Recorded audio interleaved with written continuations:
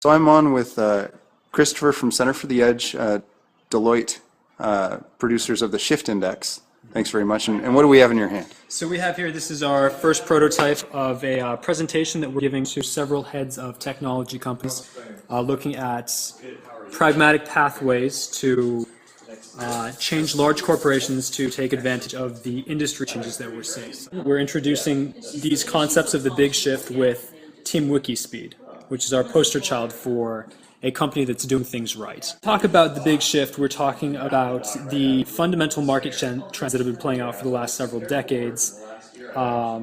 Increased consumer power, increased power and efficiency of technological solutions, and then the resulting topple rate on firms.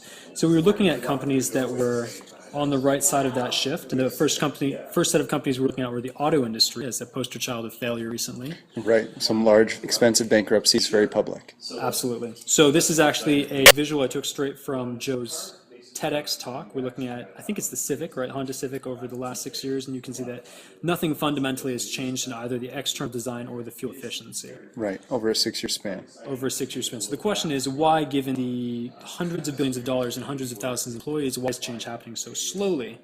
And so I want to look at a company on the other side, Team WIKISPEED. And you can see, I think these dates are right. This is your 2010 model, 11 and 12. You can see the body of the car progresses extremely rapidly, and in the first 3 months they hit the target goal of over 100 miles an hour, sorry, 100 miles per gallon fuel efficiency.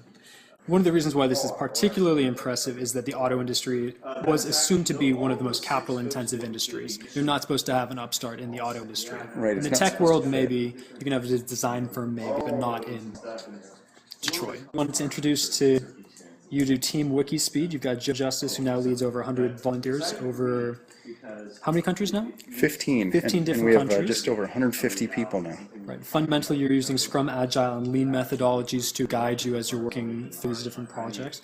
The company is headquartered in Joe's garage, where we're now standing. That's totally correct. But the chassis are built here, but the carbon fiber composite bodies are built in Maryland, the engine in Ohio, along with the transmission, and the electronic systems are now made in Japan. Half of them are made in Japan, and half are done in France and England. In France and England, so even more impressive. And then, thanks. Then the car itself has some very impressive statistics in terms of its miles per gallon, top speed of almost 150, 0 to 60 in 5 seconds. It's the lightest chassis in the world with a 5-star crash rating, and it's made on a modular design. So actually the brake system, for example, has been replaced maybe 17 times. It impressed me that the way you work is so natural.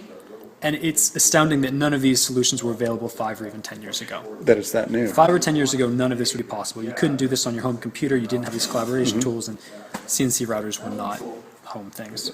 Absolutely. So the question is, for us at the Center for the Edge, what would happen if Ford or another major auto manufacturer started taking their 100,000 employees, their $180 billion in assets, and applying these same techniques? What would the auto industry look like? How quickly would things change?